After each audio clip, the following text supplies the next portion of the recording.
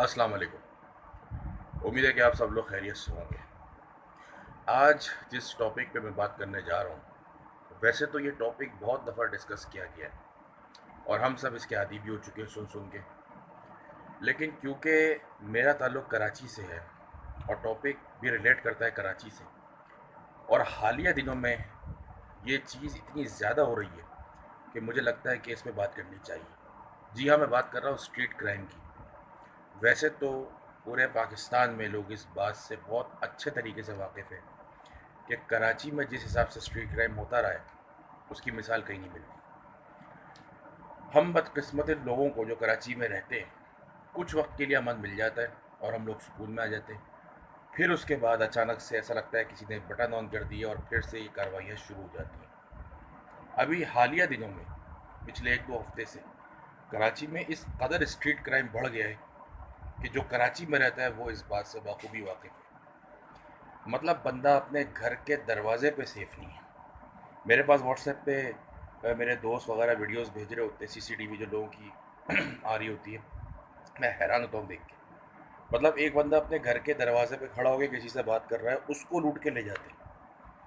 लोगों की दुकानें महफूज नहीं है, पूरी पूरी दुकानें लूट के ले जाते हैं। और यंग लड़के 15 साल, 16 साल, 18 साल, दिखने में वही एज लग रही होती है।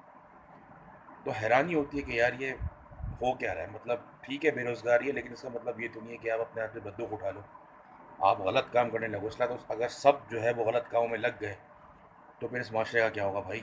माशरा जाएगा कहाँ पे। और हैरत की बात यह है कि पुलिस और हुकूमत की रिट हमेशा की तरह कहीं नज़र नहीं आ रही। सब एक दूसरे पे इल्ज़ाम तराशी करने में मसरूफ़ हैं।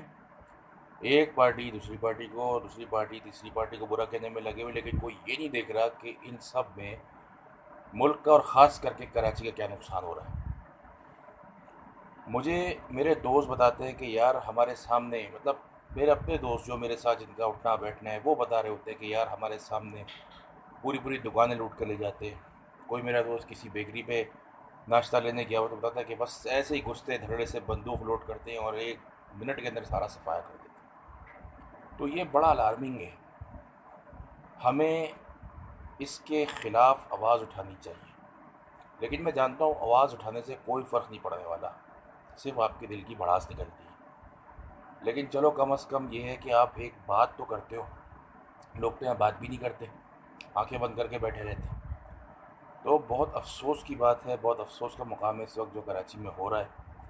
जो लोग ये कर रहे हैं भाई, उनको भी ये सोचना चाहिए कि ये जो पैसा वो दूसरों का लूट रहे हैं, ये क्या सारी ज़िंदगी उनके काम आएगा? क्या इस पैसे से वो सारी ज़िंदगी ऐश करेंगे? ऐसा नहीं है। मौत का एक झटका जब आएगा, भले बीमारी की मद में आए या वैसे ही आए, ये सारा पैसा, ऐशो आराम, पावर सब यहीं की यहीं रह जाएगी। ये मैं थोड़ा सा टॉपिक से हट के बात कर रहा हूँ, लेकिन ये हकीकत है। बीइंग अ मुस्लिम, हमारा ये ईमान और अक़ीदा है कि हमें एक दिन मरना है और हमारी असल ज़िंदगी मौत के बाद है। हमें अपनी इस ज़िंदगी का हिसाब उस ज़िंदगी में देना है। तो इसलिए ये जो ज़िंदगी हमें मिली है, जो मुख्तसर ज़िंदगी है, इसको अच्छा करने के चक्कर में हराम काम बचें, ताकि हमारी वो ज़िंदगी बेहतर हो सके जो हमेशा रहने वाली है, और वह है मौत के बाद की ज़िंदगी। लेकिन बात वही है कि जो ये बात समझ जाए वो बादशाह है, और जो ना समझे उसके बारे में क्या कह सकते, अल्लाह उसे हिदायत दे। तो ये एक कंसर्न था। एक जो चीज़ हो रही है पिछले, मतलब बहुत तेज़ी से हो रही है। मतलब हैरान हो रहा हूँ कि ऐसा लग रहा है किसी ने कुछ स्विच ऑन कर दिया है क्राइम का, और एकदम से ये वारदातें बढ़ गई हैं। क्यों हो रही है, किस लिए हो रही है भाई, कुछ नहीं पता। क्या मकासद है, कोई मतलब साजिश के तहत हो रही है, क्यों की जा रही है। एक आम आदमी का घर से निकलना मुश्किल है। एक मिडिल क्लास आदमी जो सुबह ऑफिस के लिए निकलता है और रात में घर में घुसता है, उसे ये नहीं पता कि वो कितना सेफ़ है। उसका मोबाइल, उसके पास जो भी पैसे हैं, थोड़े बहुत या ज़्यादा जो भी हैं, उसको उनका नहीं पता कि वो आज मेरे पास महफूज रहेंगे कि नहीं रहेंगे। ना घर महफूज हैं, ना दुकानें महफूज हैं, कोई जगह महफूज नहीं है। हर जगह इस वक्त एक एक खौफ का आलम है। तो मैं उम्मीद करता हूँ कि ये चीज़ जितनी तेज़ी से शुरू हुई है उतनी तेज़ी से ख़त्म होगी, और गवर्नमेंट इसमें कोई रोल प्ले करेगी उनको एहसास होना चाहिए इस बात का कि इस वक्त आवाम किस कदर परेशानी में है, ख़ास तौर पे कराची की आवाम। तो ये एक मेरा कंसर्न था, सोचा आप लोगों से शेयर करूं। आप लोग भी अपना बहुत ख्याल रखिएगा, ख़ास तौर पे जो लोग कराची से ताल्लुक़ रखते हैं वो अपना बहुत ख्याल रखिएगा और मुझे दुआओं में याद रखिएगा। अल्लाह हाफ़िज़।